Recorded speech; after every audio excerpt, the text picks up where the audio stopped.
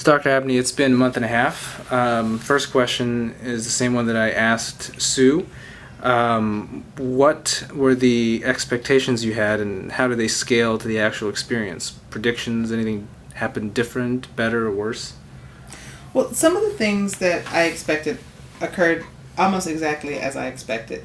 The people who I thought would quickly come up to speed or would gain speed quickly with using the new technology have indeed. Those who I thought would struggle have indeed struggled. So the staff, the clinicians. This is a clinician. Yeah. This is a clinician. They've been pretty good. They have. They have liked it. A couple of people, as I said, were slower, and we expected that. But one of the slower ones, is working so hard that we just almost every day see improvement in how well she's using it. Now, one of the things that I was pleasantly surprised about is that I thought I'd get more pushback from the staff because they're going, anytime things are different, you expect pushback. And I got a little bit, but I thought I'd get more pushback from the staff. But I actually think that with the exception of the little things that happen when technology has a little hiccup, that my staff, meaning my medical assistants and my administrative and also my front staff, my reception type and checkout staff, I think they have taken to it a lot better than I expected. I thought there was going to be more grumbling than there is. There's still some grumbling, but I thought there would have been more. So could you just describe real quick, like, how you used to do things on paper? I mean, Sure. You as a doctor, like, somebody comes up to you with paper, and now what's the process before you step into the exam room? When I had paper, I knew who was going to be in that room because I picked up the chart, I looked at it, got a quick idea, knew what I was getting into.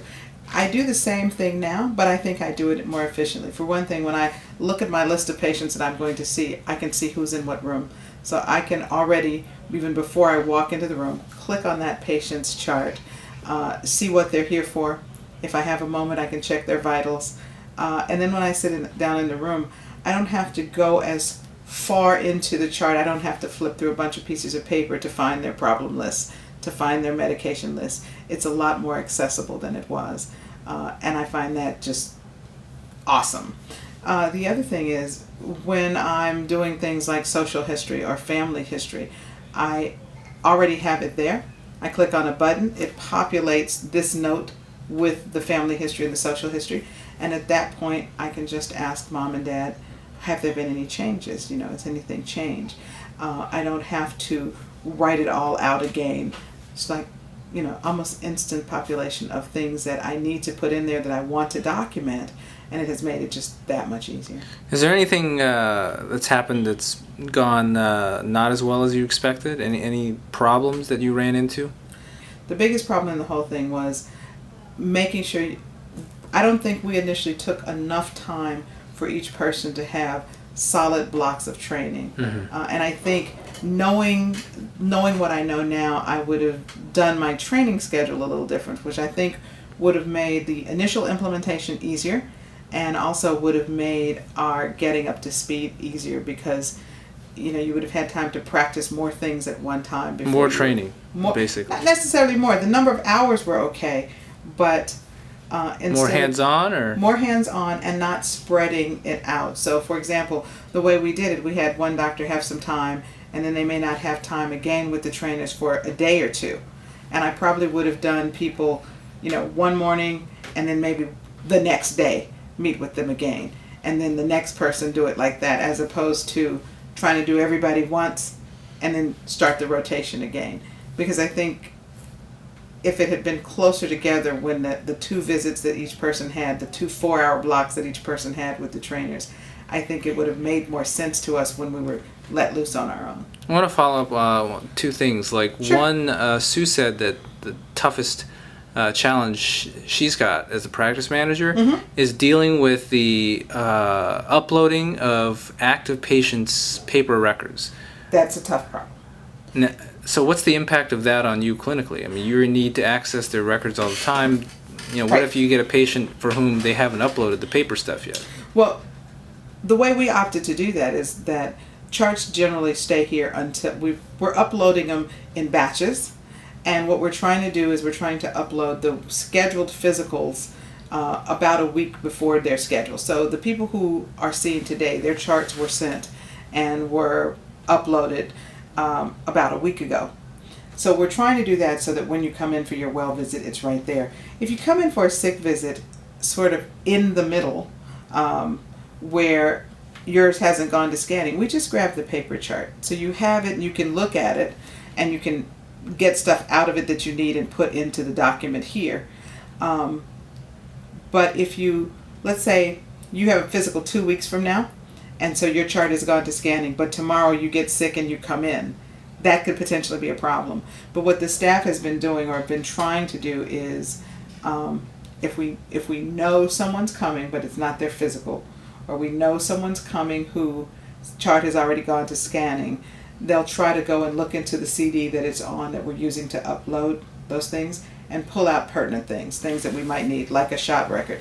Also, before your chart leaves the building to go to the place where it's going to get document turned into an electronic document so we can... Going to scan it, right. So they can scan it in, exactly.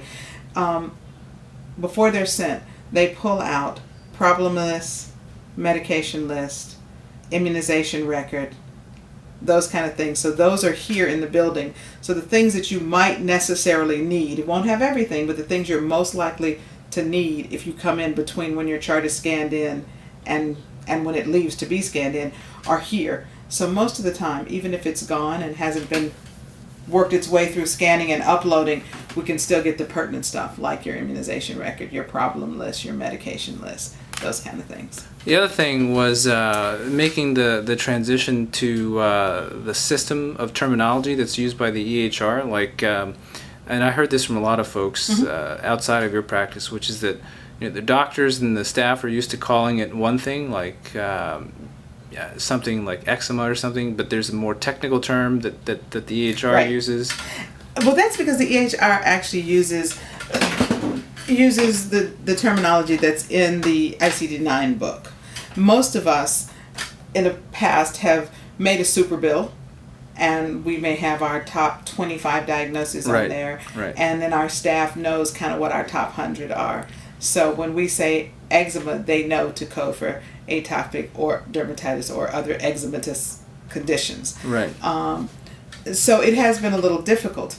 Before, if I wanted to write something that wasn't one of our normal everyday visits or everyday diagnoses, I'd have to go to the ICD-9 code book. And any physician or nurse or biller who's ever looked in it will be able to tell you that how they describe stuff and what we say in doctor terms or what people say in layman terms can be quite different.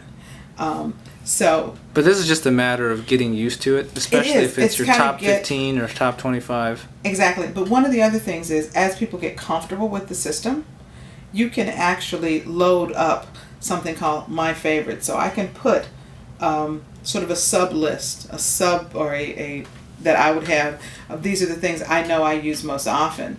So when the machine is looking for them, instead of looking in the entire document of the ICD-9 code book, it would just look at My Favorites. And I can add little notes to My Favorites so that it'll be easier for me to look things up.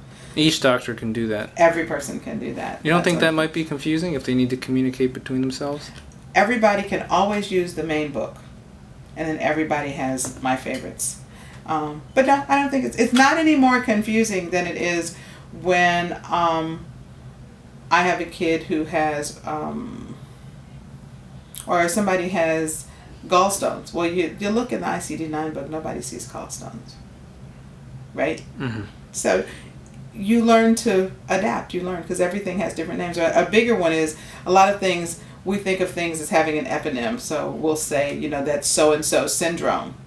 But we also know that so-and-so syndrome is this illness. And it actually sort of forces us to use, among ourselves even, a little more standardized terminology. So it makes it, I think, ultimately, it's going to make it less confusing for people. So that's something that's going to get addressed over time. And then is. The uploading thing, I mean, you have 10,000 patients. Sue said you're 10% of the way through getting their information uploaded into the EHR. And it could take a year to get all that? It's going to take a long time. One of the advantages, though, is every summer we have some staff who are students and who work with us they're basically seasonal workers. So when they come on, for their seasonal work will set them to doing some of that. So that'll speed it up a little bit too. I also think that as the staff gets used to just doing the point, click, move, slide, that you need to take things and put them into the right places in the electronic record, I think they will, just as we become faster doing the patients, I think they'll be faster at doing the uploading also. I think it's all a learning curve. So how about meaningful use? Do you think you guys are going to meet that before? I mean, the drop dead deadline is October 1st, 2012, so you have time, but... Right. I actually think we're going to meet meaningful use before the drop dead deadline. And I'll give you a concrete example. When you're looking at e-prescribing, which is one of the things that's part of meaningful use, right? If you looked at us today, I would bet you that all of us are probably doing 40 to 50% or more e-prescribing. If you had looked at us 2-3 weeks ago as we were getting into it, probably about 3 or 4 of us had already met that 40%. And over time it's going up. And actually what's happening is we're all moving toward being closer to 100% avid. There's some things you can't e-prescribe. Those there's nothing to do about. Or there are some things that, the parent calls you later and you do it. But that's one of the concrete examples of how not only are we going to meet meaningful use, it's making us more efficient and it's making our practice better. Could you talk about some lessons you've learned that would be advice you'd give to other people who haven't, gone through the process? Words of wisdom or just key takeaways that you wish you'd have known? The first thing I'm going to say is just jump in. Okay, just jump in. Once you've decided you're going to do it, figured out how to finance it, just do it, because there's no perfect time. We all try to see, well, when is my patient flow going to be less? When is it going to be less busy? There's no perfect time, so just jump in and do it, because the sooner you get doing it, the better it is. The other thing is try to commit yourself. Like everybody says, have a champion. Have somebody who is totally committed to the transition to EHR and really, let them run with it. But the other thing is try to decide once you go there a drop dead date for when paper is going to, when all visits will be put into the computer, when you're not going to sort of write on paper and then go back into the room and type it into the computer, but where you're going to do it right then.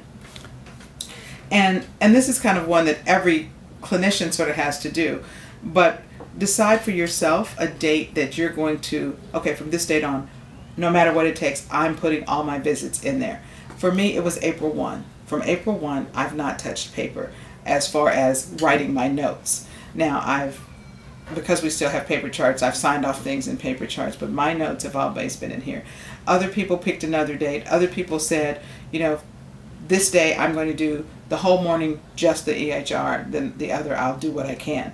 But you have to sort of give yourself a plan and some goals and some deadlines, and then you have to try to stick to them. Because the more you do it, the better you get. It's just like anything else we do as humans. The more you practice, the better you are. But as far as anything that went wrong during the implementation and the go live, whether it was the servers crashing or we had a couple of glitches. Right. I mean, is that anything that you could have anticipated that you would tell people to prepare for, and how would they prepare for that? Or one of the biggest things, again, is be prepared for the training and really focus and commit yourself to the training, because that makes life a lot easier for you, for your staff, for your patients. So be prepared for that. That's one of the first things.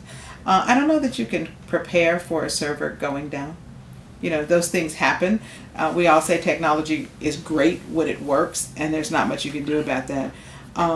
Know that some things will be faster, some things will be slower. Mm-hmm. For example, when you're looking at scanned in documents, it sometimes takes it, depending on what's going on in the system, a little bit longer to load those scanned documents than you could have flipped to the back of the chart. But you can be efficient and you can do other things while you're waiting on that document to load. You want to look at their actual old immunization record, because you want to make sure that you didn't miss anything, or you want to look at a note from a specialist. While you're waiting for it to load, you can continue talking to the parent. You can start the examination of the child. You have to learn to be efficient. Time management becomes key